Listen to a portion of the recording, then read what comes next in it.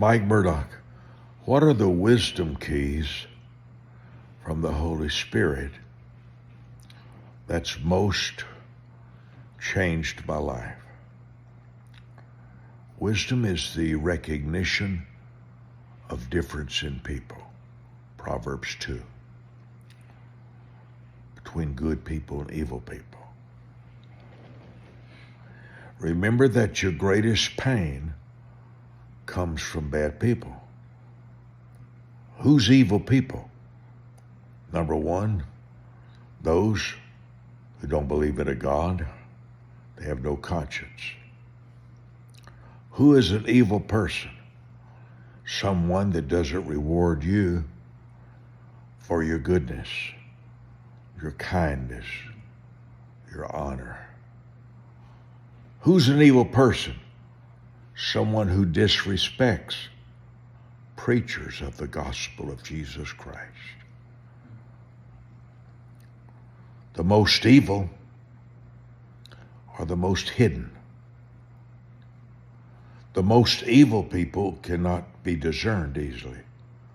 You need the Holy Spirit. Let me share with you wisdom keys that's really affected me. Number one, the greatest wisdom key when I was in my 30s was what you make happen for others, God will make happen for you. What you make happen for others. When you solve a problem for somebody, God will send somebody to solve one for you. It's the law of sowing and reaping. Well, Brother Mike, I solved a problem for somebody and they never even thanked me for it. That hurts. I know that well, but that's not the wisdom key. What you make happen for others, the experience you are to others, God will send you a harvest. Another wisdom key is decisions decide your wealth. Decisions, your decisions, not God. Is God in control of everything? Of course not. If God was in control, there wouldn't be rape. If God was in control, there wouldn't be murderers. If God was in control, there wouldn't be bank robbers. If God was in control, there wouldn't be divorce. If God was in control, Russia wouldn't be attacking Ukraine. No, God's not in control. That's why there's prayer and wisdom. If God's in control of everything, there's no reason to pray for anything. If God's in control of everything, explain Isaiah 1:17 says, if you want to do well, you got to do some learning. You got to send under some mentorship. If God's in control of everything, there's no purpose for wisdom. Why learn anything? Your decisions, there's 7 that's really important. Your decisions decide your wealth. Number 1, your decision to discover your difference from others. I don't go to McDonald's because it's like Taco Bell. McDonald's is not like Taco Bell. Your difference is your credibility on the earth.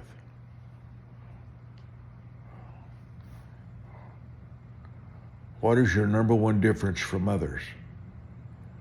And who wants to reward you for it?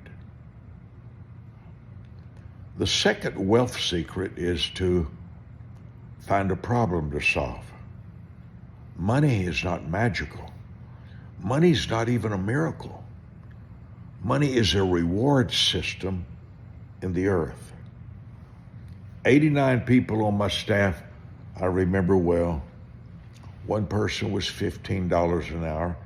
I paid one man $75 an hour to teach me every day. The $15 an hour person was not a bad person. They solved a different kind of problem.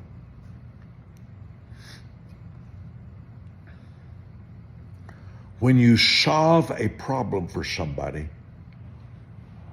it starts a river of favor. And favor explains all the wealth in the world. Well, not all of it, but a lot of it.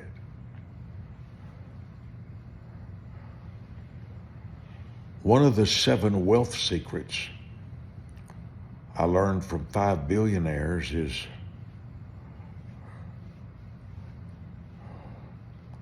master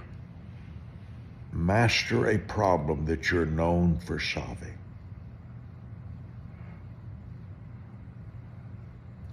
If you could be known for one thing, what would it be? Mine's always been wisdom. Now I want to be a joy maker. That's kind of my next goal for my next 20 years or so.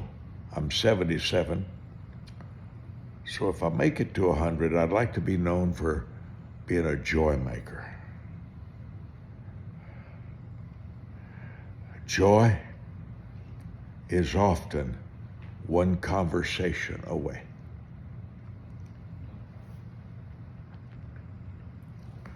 Joy is one conversation away.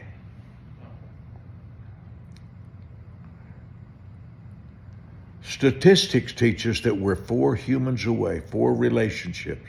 We're 4 people away from anybody in the whole world. Give you an example.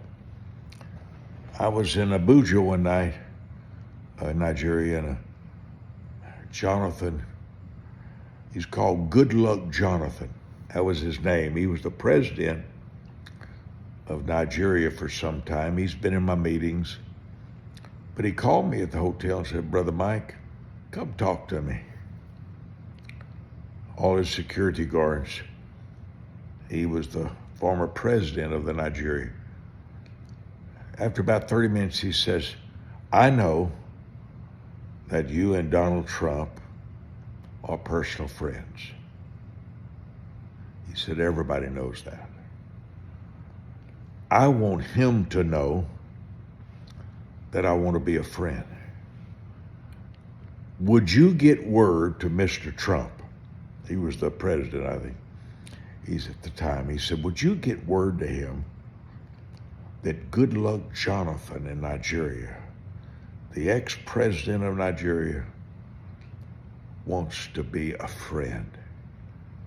I said, he'll know it in 24 hours. Well, he actually knew it in 45 minutes. So I texted Mr. Trump and said, Good Luck Jonathan wants to be your friend. You're 4 people away.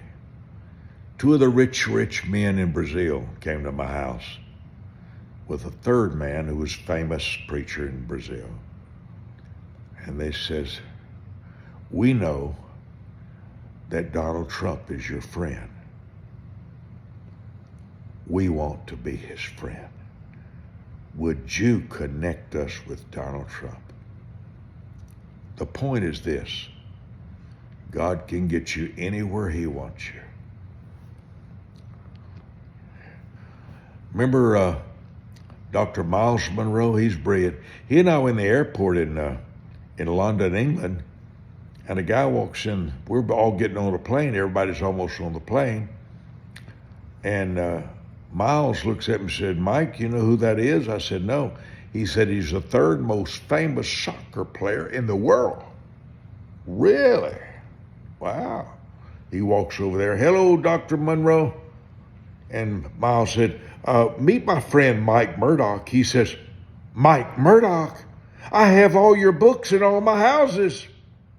I'll be right back. And when he came back, he had a big bag full of money. A big bag full of money. He says, Mike, I can't be around you and not sow a seed. Everybody knows your testimony about sowing seeds. And he hands me a bag full of money. And I'm sitting there getting on the plane, and I start shoving it down my pockets. I can't walk on the plane with a bag of cash. And the Holy Spirit spoke to me, and I'll never forget it. He said, I can get money to you anywhere you are in the world. God's like people. When he likes you, he gives you some money.